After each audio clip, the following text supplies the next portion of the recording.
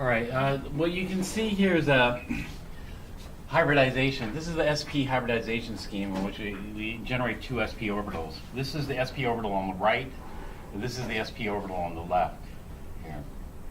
And then normally we represent it like this, and we ignore this minor lobe, so we just draw a single lobe. So that's the sp orbital going to the right, this is the sp orbital going to the left. But when you look at it mapped out quantum mechanically, looks a bit different, doesn't it? And the nucleus is right in here. And so you can see that when we sketch things out, it's kind of a simplified version of this. Somebody asked me the other day about that. Let's see. Here. All right, let's take a look at what we were talking about earlier. We did something similar to this. Did we do this formaldehyde yesterday? No. All right, formaldehyde, when we look at it, this is going to be sp2 here, this is sp2. If we look at the double bond here, we're going to have an sp2 sigma bond and a pp pi bond. But the situation is the Petrucci, actually, Petrucci, here, the pi bond is going to occur between two unhybridized p orbitals, which are going to stick straight out of the plane of the board. But the sigma bond should be an sp2 sigma, because this oxygen is going to be sp2 hybridized, right? But Petrucci, did I mention this yesterday? Petrucci doesn't like to hybridize the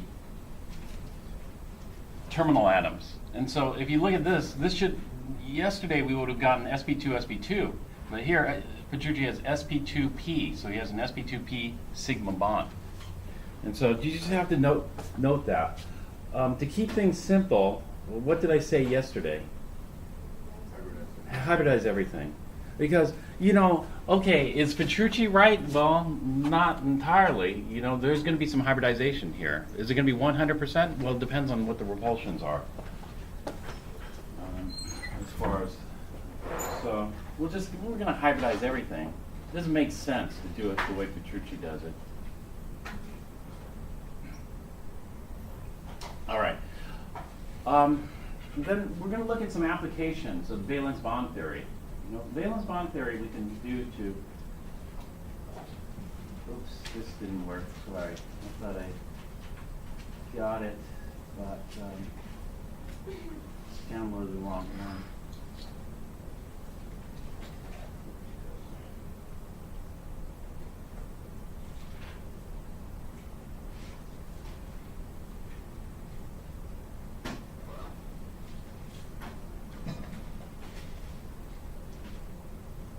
The application we're going to look at are acids and bases. And that means we're going to jump to chapter 16. But we aren't going to cover all of chapter 16. We're just going to cover a little bit.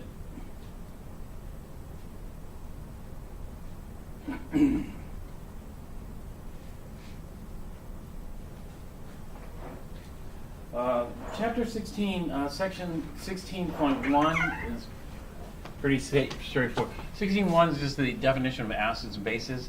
And then we're going to cover 16.7 and 16, well, no, not 16.7, sorry. We're going to cover 16.8. No, sorry, not 16.8. We're going to cover 16.10 and 16.11. That's it. So just 3 sections of chapter 16. 16.1 is very short. So let's take a look at 16.1. 16.1 talks about the Bronsted-Lowry theory, or just Bronsted-Lowry is what's a base, what's an acid. Base is a proton acceptor, acid is a proton donor. And then we have conjugate pairs. So this is the acid here going in the forward direction. Its conjugate base would be this. This is the base in the forward direction. It's conjugate acids that. We don't have to label it conjugate. These are just pairs. So acid-base pair here, acid-base pair here. And then we've already done this to determine the driving force. If we're going from a stronger acid and base to weaker, then that's good. That's a driving force. And so all acids are going to have a proton or hydrogen. All bases are going to be capable of accepting that. And so bases are going to have a lone pair. Then you can see here,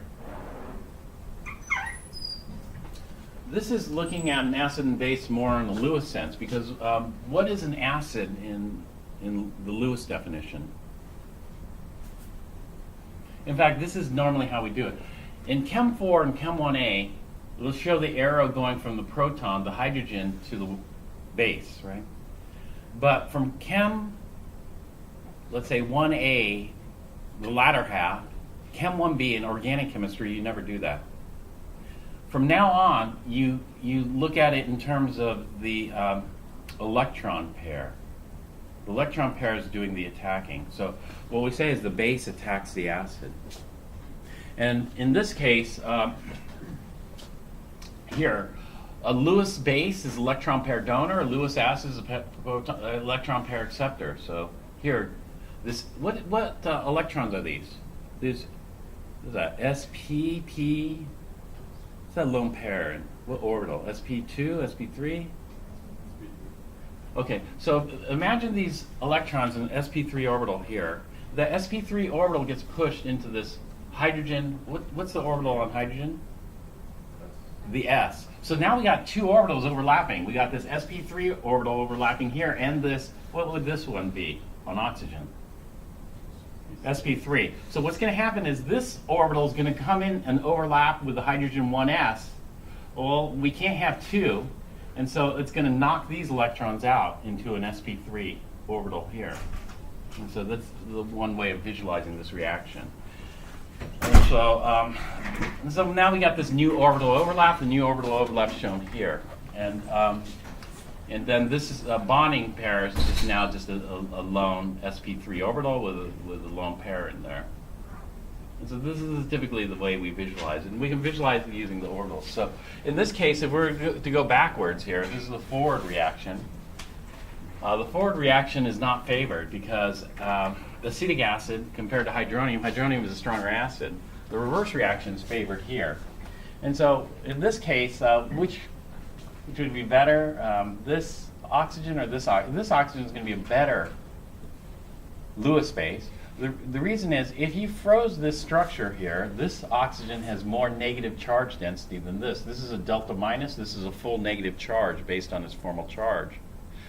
And but we know it's not correct because, in fact, both oxygens have the same charge. And what is that charge? In other words, there are two resonance forms for this acetate ion. And can you see what the charge would be? -1/2. And so, but if we had localized, that's called delocalized. If we had a localized charge, let's say this was 0 formal charge, this is negative, then this is going to be a much better base because acid is H+. Right? And so we're trying to attack H+. And so here, this lone pair comes in. This is an sp3 orbital. This is going to come in and overlap with the hydrogen s, and then bond to it, and then leave these electrons behind as sp3 lone pair, which would be here, going backwards. And so some of the applications of valence bond is to visualize what's happening with the electrons. And when we visualize what's happening with electrons, we need to know the orbitals that those electrons occupy. And so here, just some more conjugate base pairing. This is more, this is in organic chemistry, they call this a mechanism. This is a mechanism of the reaction, you know. We got, and in organic chemistry, you analyze these mechanisms based on valence bond or molecular orbital being the more advanced method. But in terms of valence bond, I have an sp3 lone pair here. This sp3 lone pair is going to come into this s bond here. So we got sp3s sigma bond, knock these electrons out as an sp3 lone pair here. Okay, and of course we could go backwards here. This is not a favorable reaction too because we're forming a stronger acid and a stronger base, hydroxide being a strong base. The same thing happens here. sp3, lone pair comes in here, goes into the s orbital, we get an s, sp3 sigma, knocks these out, leaving an sp3 lone pair. And so sometimes we'll draw it out. Actually, do that.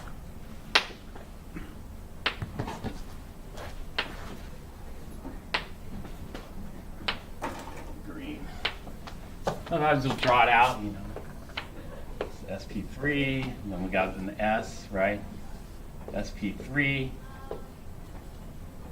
Then these electrons come in here, knocking these electrons out of there.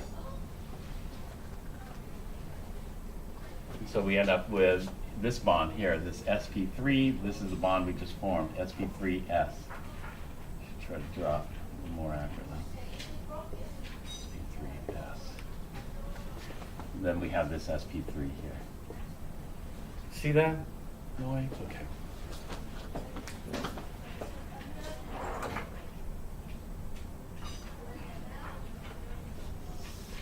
So,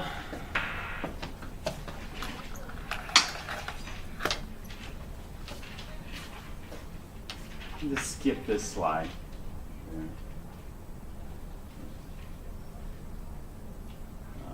Skip this slide.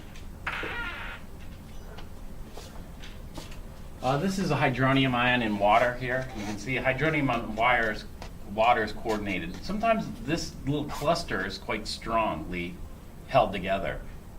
And so sometimes you'll see, like multiples of this by adding water, like H. If we add another water in here, it'd be an H5O2 cluster. So that would be like an H5O2 cluster. Or if we had two waters, it would be that would be 4 hydrogen, H7O3 cluster. If it's held together kind of strongly, depends on the temperature. Increase the temperature, these clusters can break apart, basically. But sometimes you'll see higher order clusters of hydronium. All right, this is 16.2. We're skipping all this. In fact, we're going to skip 16.2. We're going to jump all the way to 16.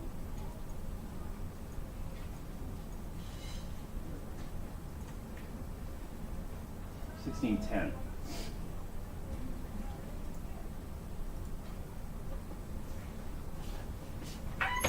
So why is HCl a strong acid but HF is a weak one?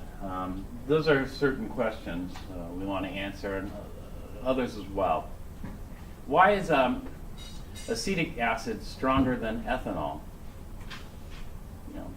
And this has to do with the structure properties, composition, structure, and property.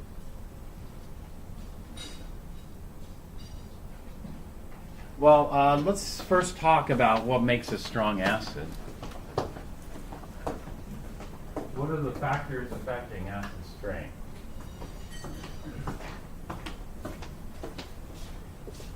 Let's go back.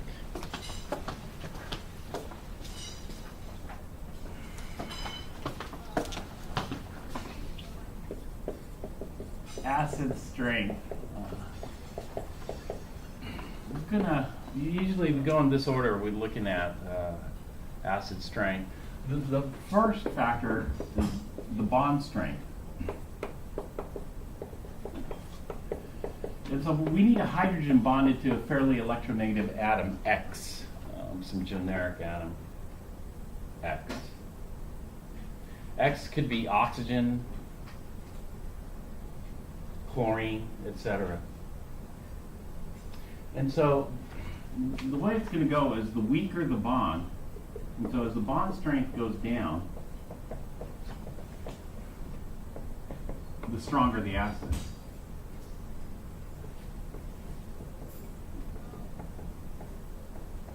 Goes up. So that is a base will have an easier time plucking off the hydrogen. And so we can see examples here of what we were looking at yesterday. Let's look at HF.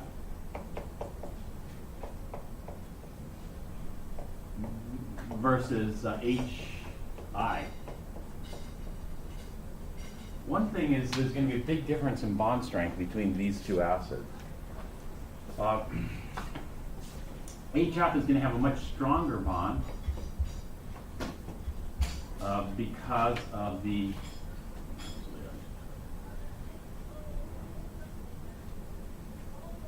small orbitals. And so fluorine, what's the hybridization on fluorine? sp3. And so we'll put an sp3 out here. We'll put one here. I'm going to draw backwards from the way I normally draw because we'll put the hydrogen first. And then there's going to be a hydrogen here with an S. So we've got an sp3 bond here. But when we compare it to HI, it's quite a big difference because iodine, here, we're going to go ahead and hybridize iodine. Even though iodine is such a big atom, one of the reasons for hybridizing is to minimize minimize repulsions. But iodine is such a huge atom that the repulsions aren't going to be so big, so the hybridization is probably going to be minimal. But we don't want all these. This is just pencil and paper stuff. And so what we want to do is we're just going to do a comparison.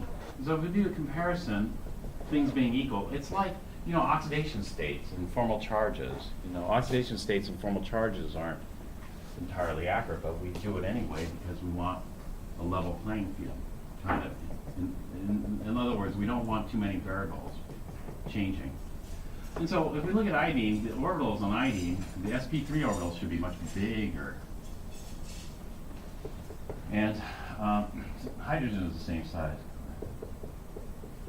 And so what you're going to see is the electron density is not going to be nearly as concentrated here as it is over there. And so the electron density is a lot less concentrated here, then the bond is going to be much weaker. Not only that, the distance plays a big role too. Because what we're looking at is the attraction. So, the bigger the distance, if we have a center of charge on the negative charge, the larger the distance there, the weaker it's going to be. And that falls off as a square. And so this hydrogen is much easier to remove than this hydrogen here. Much easier. And let's take a look. Well, how much easier is it to remove? And so let's look at some numbers here. And where can we find the numbers? What chapter was that?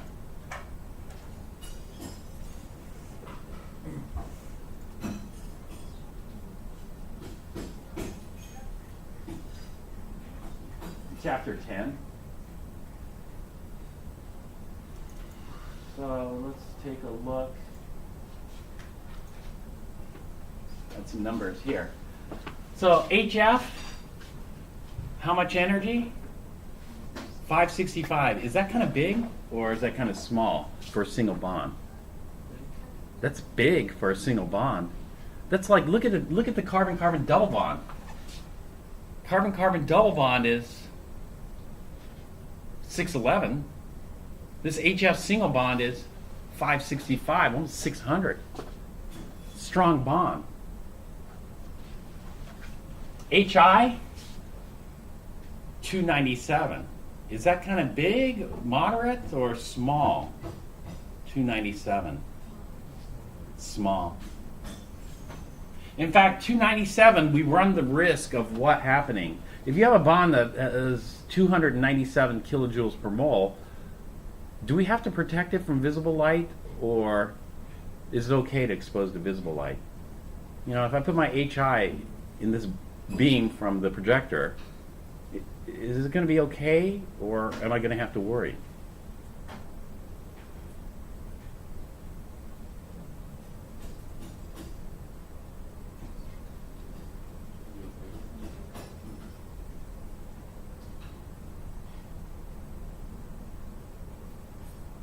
Should be okay?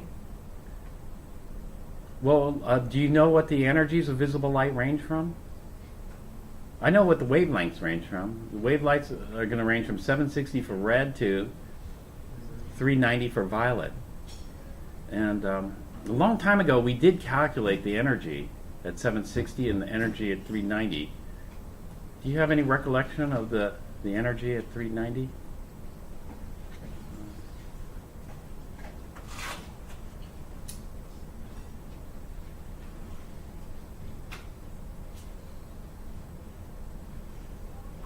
Do you have it in your notes? The only thing is, okay, yeah, I want you to memorize the wavelengths, but you should also have an idea what the energies are. You know, it doesn't have to be the exact number. You don't have to have it to 3 sig figs, but you should know approximately what it is. And approximately, violet, at the edge of violet is what? 306 kilojoules. Yeah, 306 kilojoules. We got to worry. Violet light is going to break this bond. Do you see that? And so we have to protect this from light because the bond is weak. This is what we consider a weak bond. If visible light can break that bond, it's weak.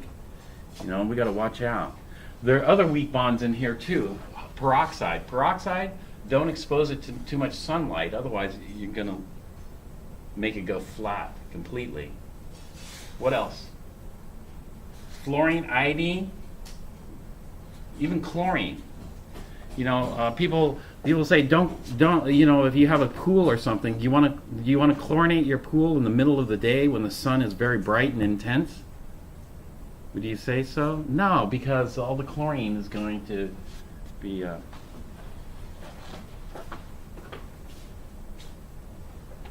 Well, anyway, there are other reasons.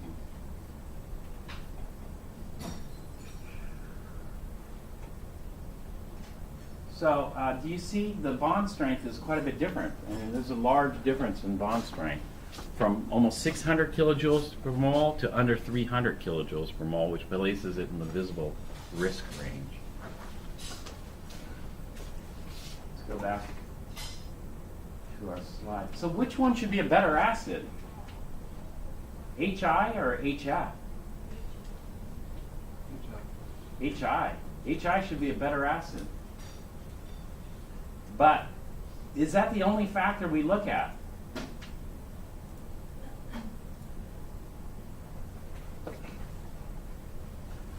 It's not the only factor we look at, but it's probably the most important too. And so this should be stronger. Therefore, based on bond strength alone, HI should be a stronger acid than HF.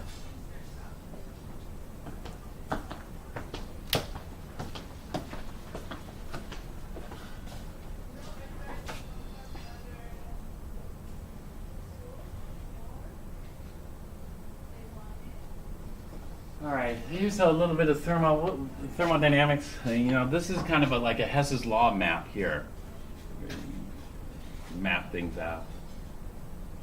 This we'll just ignore for right now.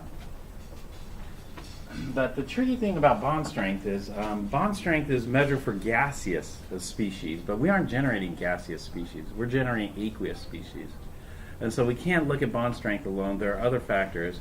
But before we get into the aqueous species one, let's talk about the other factors. Number 2. I didn't want to erase this one. I need this one left out. The next factor is polarity.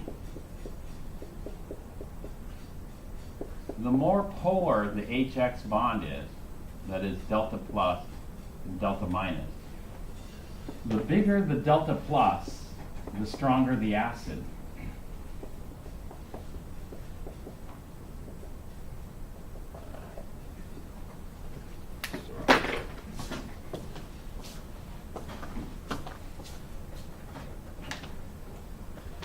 So the bigger the delta plus, the stronger the acid.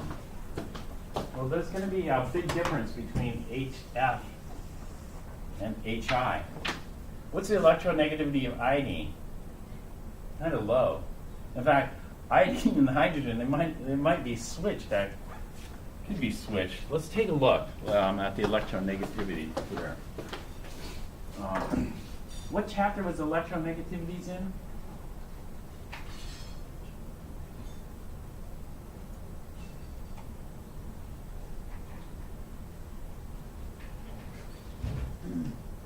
Chapter 10. Let me go back to chapter 10 and let's take a look.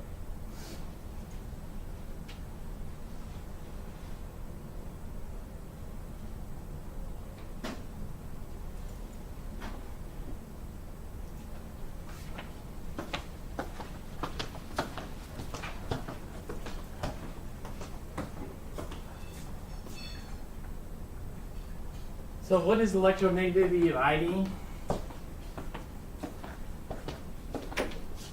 Iodine is a 2.5. What's electronegativity of hydrogen?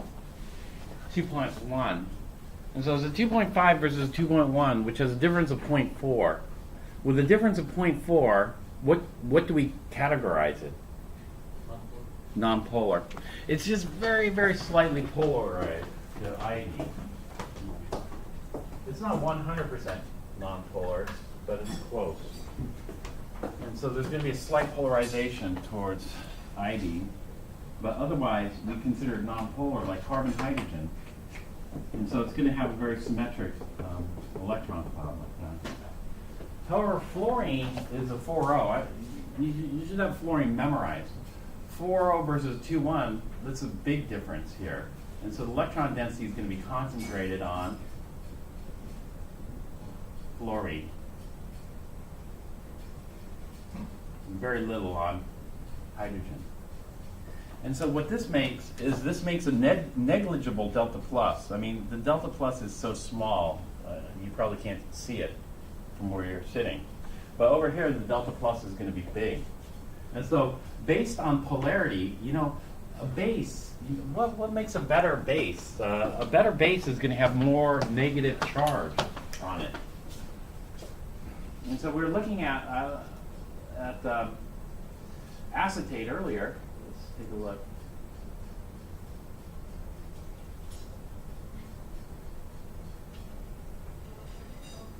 We were looking at acetate earlier.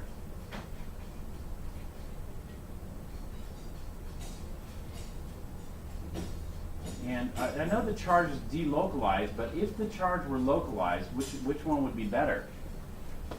You know, if this were the structure and we have negative charge localized on just this oxygen and this oxygen didn't have it, then this oxygen would be better because it has more negative charge. The more negative charge, the better, because acid is H+. Right?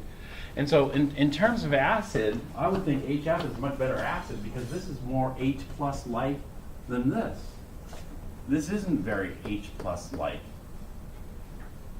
Here. And so if you're, let's say hydroxide is easy because of the, you know, can we delocalize a negative charge on hydroxide? You know, this is what we call a localized negative charge because can I delocalize it to the hydrogen? No, this negative charge is on that oxygen, so this is localized. Which one of these two hydrogens is going to be more attractive to a negative charge? This one with about 0 charge. This would be totally on the electrostatic potential map. This would look pretty, what color? Green, blue, red? This would look pretty much green. Green. That doesn't have charge. It's kind of. However, this one would look really blue. Now, if you're really red, you want blue. And so it's going to attack this one for sure. You know, there's going to be a much stronger electrical attraction. So this is why we say the basis, this negative charge, attacks the acid. However, you know, it doesn't even have to have an attraction. It could just be a collision. So if this collides with that hydrogen, it'll probably knock it off, have a reaction. But this one, for sure, is going to be like more of a tractor beam, you know. It's a beacon. And so this blue region here is really going to attract that red over there. And so based on polarity, we expect HF to be a stronger acid than HI. HF should be a stronger acid than HI.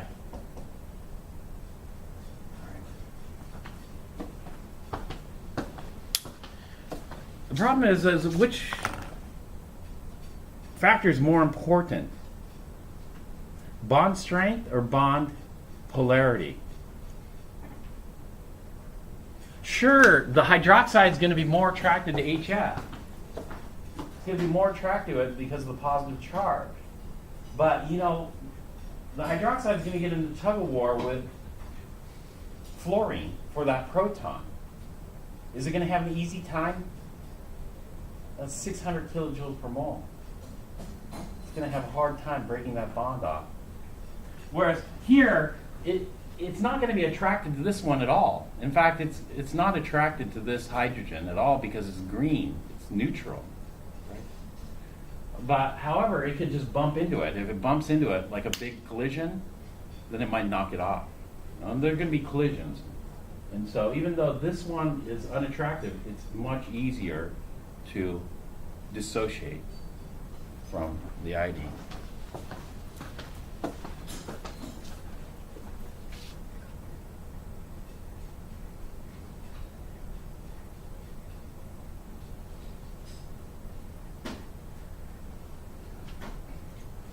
So let's take a look at the bond energies.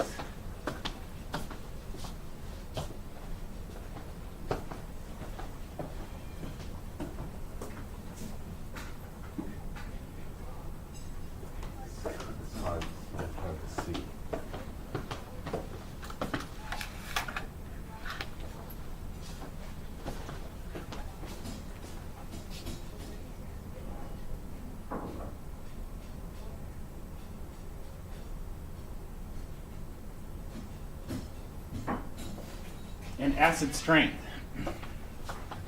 If you look in the box here, the bond energy is in the middle, 297 kilojoules per mole. This 13, 14, we're going to completely ignore that. So we'll just look at these two top numbers. This very top number here is a measure of the acid strength. And this shows 10 to the 9th. When I see this, then I go to this one here. Although this doesn't work for all cases, but what you can say is that, it looks to be about 10 times weaker. That is, this is an order of magnitude smaller. And so that means HI is about 10 times stronger of an acid than HBr. As we go from 10 to the 8th to 10 to the 9th. And that makes sense because look at the bond energy. HBr's bond energy is 364, HI is 297. So it's a lot easier to break this bond. But what about polarity? Well, HBr is much more polar than HI. And so it looks like polarity takes a secondary role. The most important factor is bond strength. And these are the observed strengths here.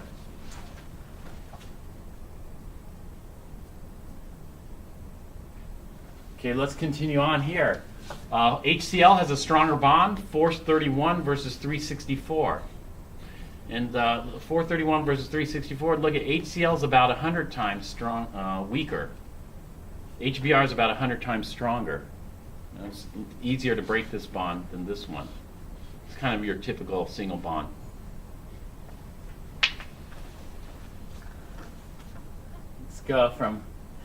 We go from HCl to HF. Wow, look at that. Bond strength goes from 431 to 565. And how many times weaker is it? It's got a stronger bond, so it's going to be weaker. How many times weaker? Let's see, 10 to the 6. We'll call that 10, or 1 times 10 to the minus 5. Is that right? If this 10 times 10 to the minus 4, 10 times 10 to the minus 4 would be 1 times 10 to the minus 3? Is that right? Yeah, I think so.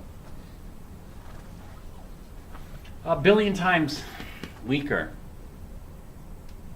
So HF is a billion times weaker. Is its bond a billion times stronger?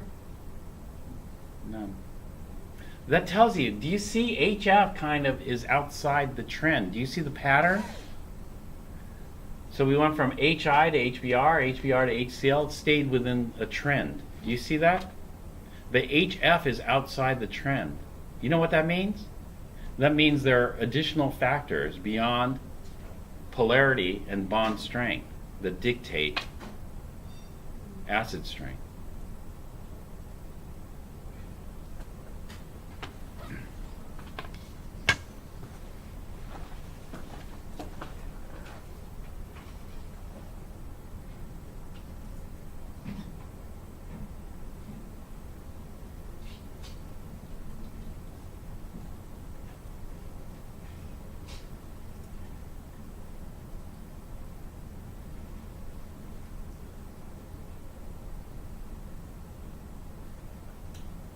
All right, let's take a look at what happens here. When we go from methane, look at 10 to the minus 60. Is that a very strong acid? No, it's incredibly weak. In fact, we don't consider methane acidic. We consider it neutral. Bond strength is 414. So, well, it's highly nonpolar. And so what happens here is this. As we go here, the bond strength decreases here, and it becomes a much stronger acid. Ammonia is a stronger acid, but still we consider it a base. Then look at water. Water is a much stronger acid, but look at its bond strength. Its bond strength is greater. And then when we go from water to HF, HF has a stronger bond, but it's a much more stronger acid than water. And so it looks like bond strength is the main issue here in a family, but as we go across a period, it looks like polarity is the most important factor here. And so going across a period here, polarity, HF is the most polar, it's going to have the biggest delta plus.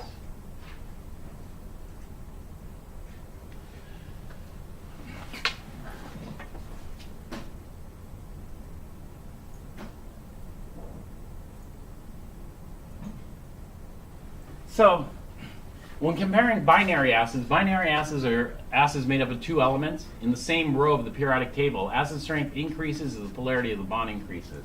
When comparing binary acids of elements in the same group of the periodic table, acid strength increases as the length of the bond increases. Okay. HF is a big exception. Why does HF stand alone, basically, in its family? And the reason HF is outside the halogen family there is it's much weaker than expected based on periodic trends because of this. This is what we call an ion pair.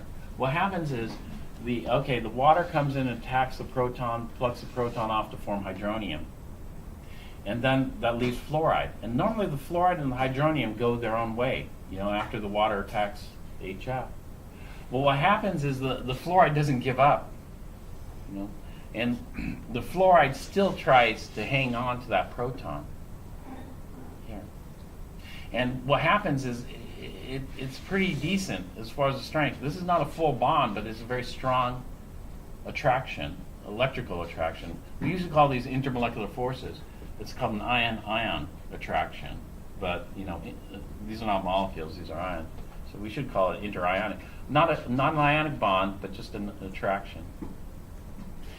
And so what has to happen is another step. Something has to knock the fluoride off or knock the hydronium off. So there has to be another collision. And the other collision will break them apart so that they can go their own way. Does that make sense? And so the reason is because of this ion pair.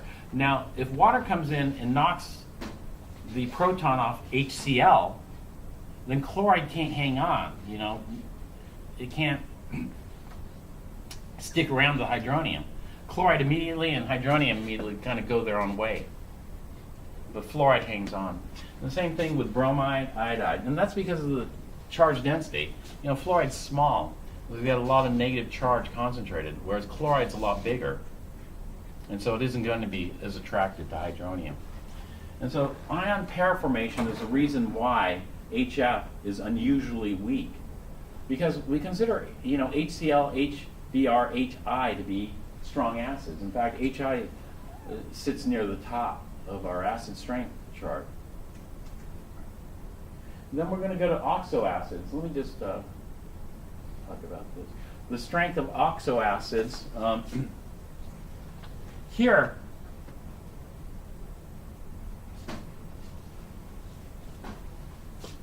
we don't have to worry about bond strength because it's an HO bond.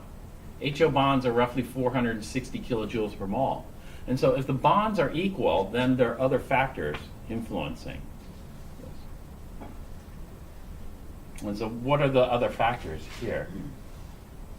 The other factors in this case, if we look at hypochlorous acid versus hypobromous acid, which one do you predict will be stronger, hypochlorous or hypobromous?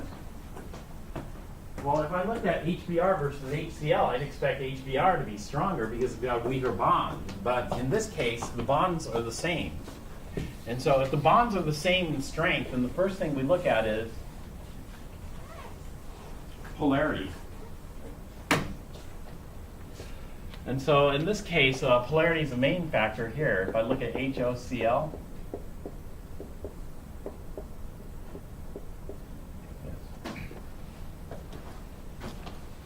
what happens is I get something called the inductive effect. The inductive effect is going to look like this, where what's the hybridization on the oxygen here? sp3. So I'm going to put the hydrogen and the chlorine in the plane. That's going to put a lone pair coming out of the plane and the lone pair going in. And then Cl is what? sp3 as well. And so we'll put a lone pair here, obviously. Lone pair coming out, lone pair going in.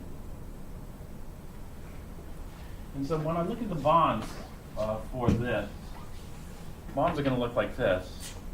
We're going to have an oxygen with an sp3.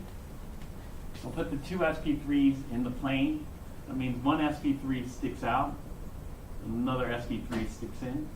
Then we're going to have a hydrogen S here. Two lone pairs here.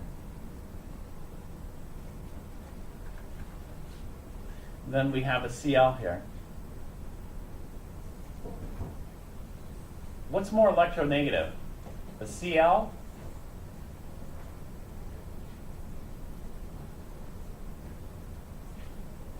or oxygen?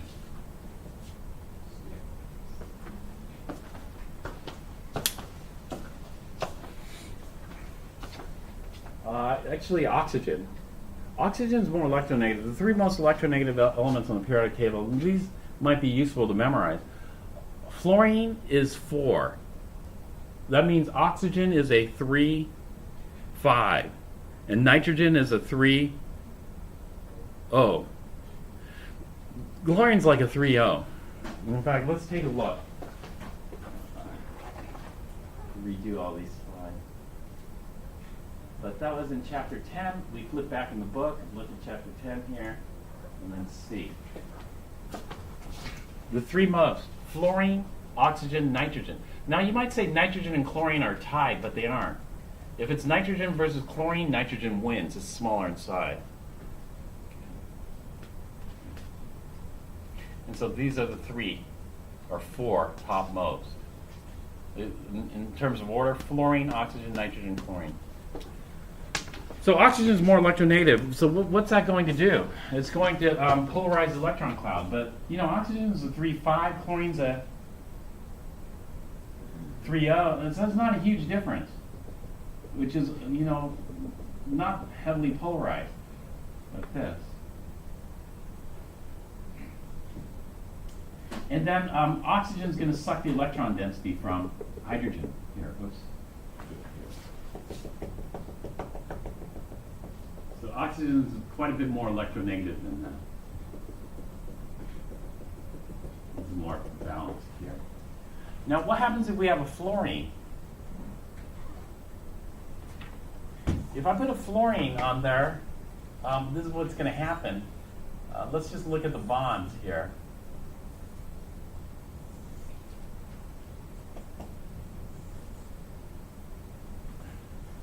If I put a fluorine on here, now it's rather than oxygen being the dominant, fluorine's the dominant. And what's going to happen is fluorine's a 4O, oxygen's a 3,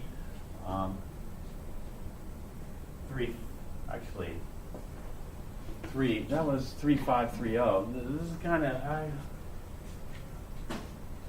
of similar. Actually, it's only a half difference, right? But it's skewed the other way in this case because fluorine is higher now. And so what that does is it makes oxygen more electron poor than this oxygen. Do you see that? Having a chlorine here, yeah, chlorine's going to suck electron density, but fluorine sucks even more electron density. And sucking electron density, well, you might say it's a tie, but you know, if I had a hydrogen on here, then oxygen would be rich in electron density. And so, in relative terms, this oxygen is going to be much more electron rich on the left than this oxygen here. And so if fluorine's sucking more electron density away from oxygen, is this electron negativity going to be the same in both species? No. In fact, you know, I know oxygen electronegativity is 3.5.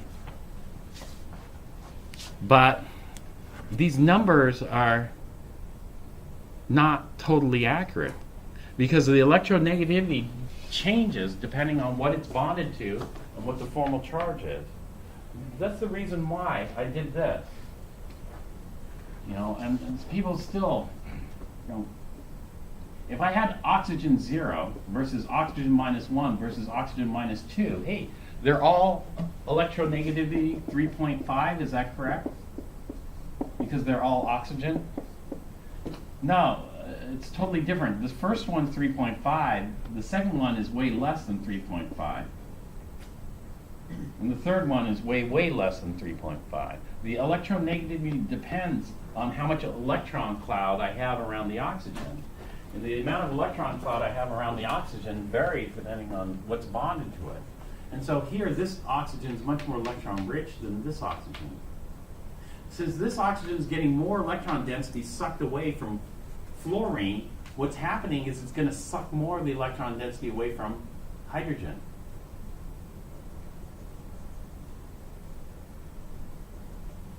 Compared to this oxygen is less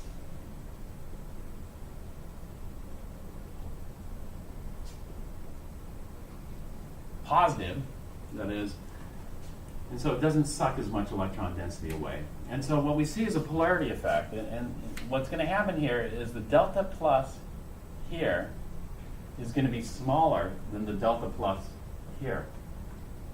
And so if the bond is the same, which one's going to be more attracted to hydroxide?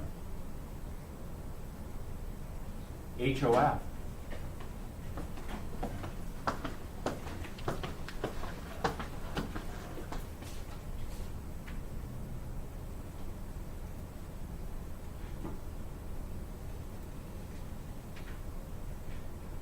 Oops. Well, I wasn't supposed to do HOF, though. Let's just do this one here.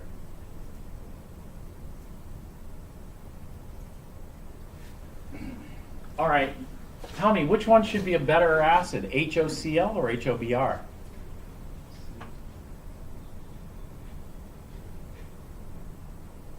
HOCl or HOBr, which one's going to be a stronger acid?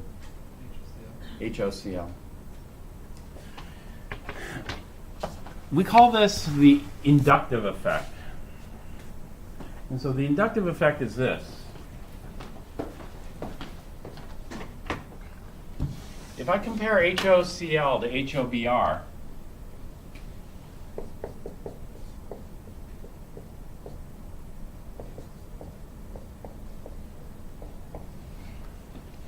what happens is, okay, we look at the terminal atom. Chlorine's trying to suck electron density away from oxygen.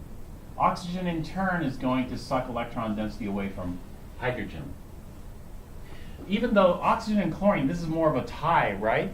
But there's chlorine fighting for electron density with oxygen. Bromine is going to fight a lot less. In fact, for bromine, which one's more electronegative? And so when we go to the chart, I'll show you here. Bromine versus oxygen, which one's more electronegative? Well, oxygen is. Oxygen is a 3.5, bromine's a 2.8. And so what I'm showing is the arrow should go the other way. The arrow should actually be flipped this way. But what we're trying to show is that this one, you know, at a 2.8 still puts up a fight for electron density. So in the inductive effect, we kind of ignore that, that the arrow should have been pointing this way and say, well, compared to like a hydrogen, bromine's going to suck a lot more electron density away than a hydrogen would. A hydrogen definitely is going to go in the reverse. And so this is just speaking in terms of relative terms, looking at the whole periodic table. And looking at that, the arrow should be pointed towards oxygen, but what we're saying is that bromine is kind of still sucking some of the electron density away from oxygen, making it. And so in terms of sucking the electron density away, chlorine is going to suck a lot more electron density away than bromine, which is going to lead to a much larger inductive effect. That is, there's going to be a much larger delta plus here. When the bond strengths are equal, HOCl is going to be a stronger acid.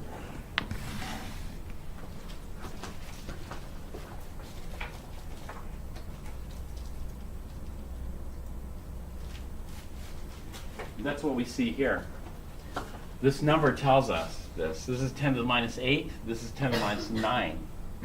So this is about 10 times stronger HOCl than HOBr.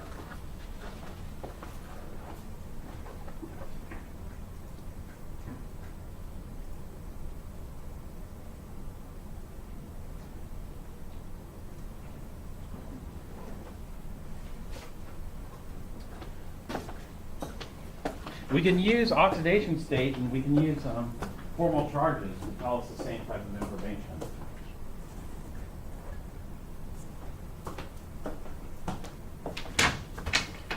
The thing is, we have to adjust the electronegativities.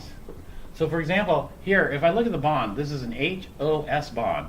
This is an HOS bond. They're the same thing. It's not like HOCl and HOBr. Those are different things, right? But these two sulfurs are not the same. Take a look at these two sulfurs. This sulfur has a +2 formal charge. This sulfur has a +1 formal charge. Which one will be more electronegative? A sulfur with a +2 charge or a sulfur with a +1 charge? A sulfur with a +2 charge is going to be much more electronegative. So is it going to be much more electronegative? Sulfur versus oxygen, who wins? Well, I don't know what the electronegativity of sulfur +2 is, but I know it's going to suck a lot more electron density away than a normal sulfur would, right? And so what we do is we draw the arrow like this.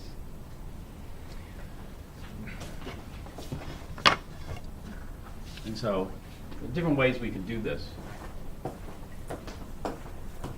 The standard way in Chem 1A is this.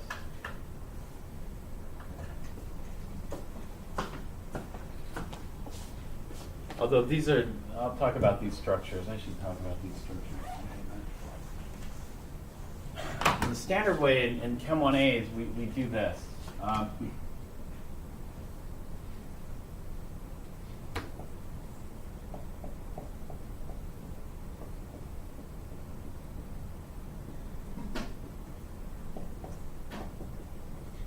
This formal charges are kind of high. So what do we do to eliminate the formal charges typically? We double bond it. And so in Chem 1A, you learn this.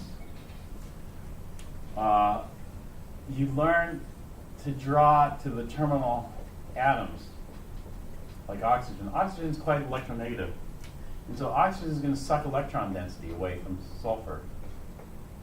We've got two oxygens here sucking electron density away from that sulfur, which is going to make sulfur more positive. Normally, oxygen versus sulfur, who wins? Oxygen. But these terminal oxygens here suck that electron density away, which in turn is going to make sulfur suck more electron density away from oxygen than it normally would.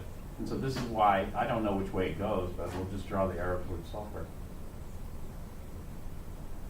which makes these more positive. And a delta plus on the hydrogen. That's sulfuric acid. Sulfuric acid is a weak acid. And so in the standard Chem 180 book, they say sulfuric acid is a weak acid because it only has one terminal oxygen. If it only has one terminal oxygen sucking electron density away, then it'll be less electronegative. So, there. And so we draw like this.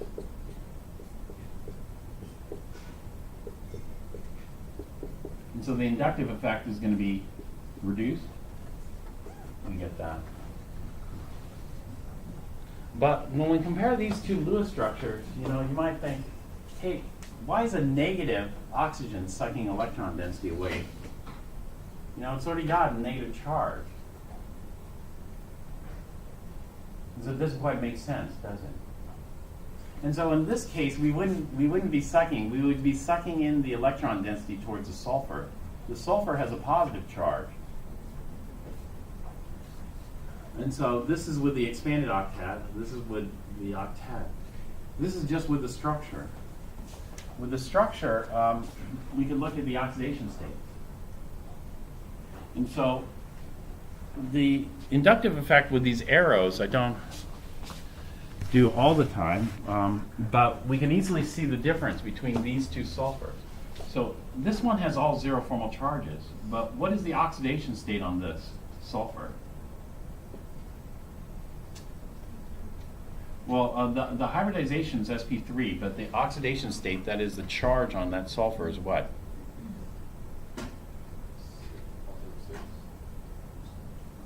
Not positive 6. It's still got two out of the 4 electrons. 2 out of the 4 electrons gives it a +4 oxidation state. What is the oxidation state on this sulfur?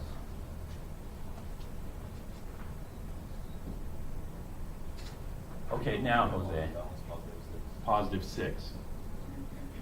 Which sulfur is going to suck more electron density away? A +4 sulfur or a +6 sulfur? A +6.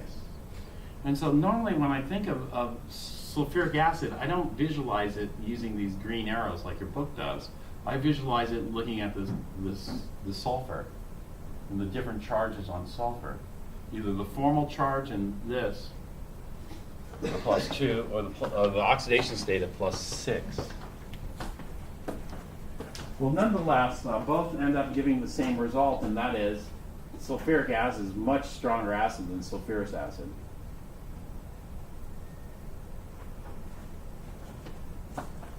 Here, I do the same thing. What's the oxidation state on this carbon?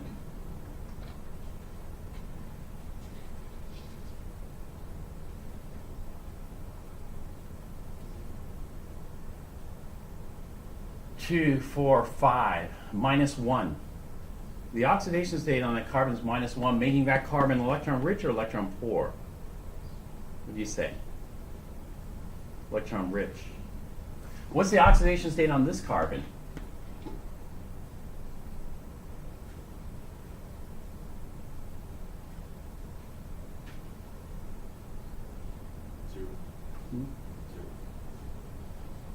Not 0.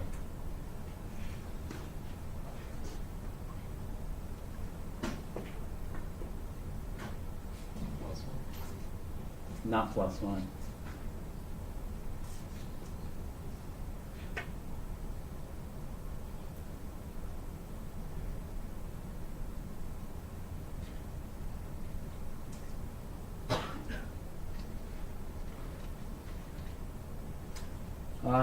Though you're going to have to review this for the. I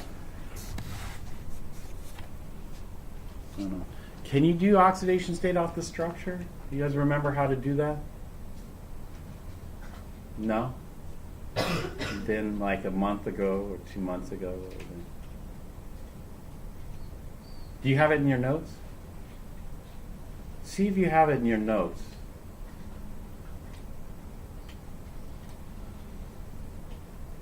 I was hoping by now you would have seen oxidation state, how to do it from structure, a bunch of times, like 50 times, that you could just visualize it, and you wouldn't even have to write it on a piece of paper. You just see it in your mind. Not -2.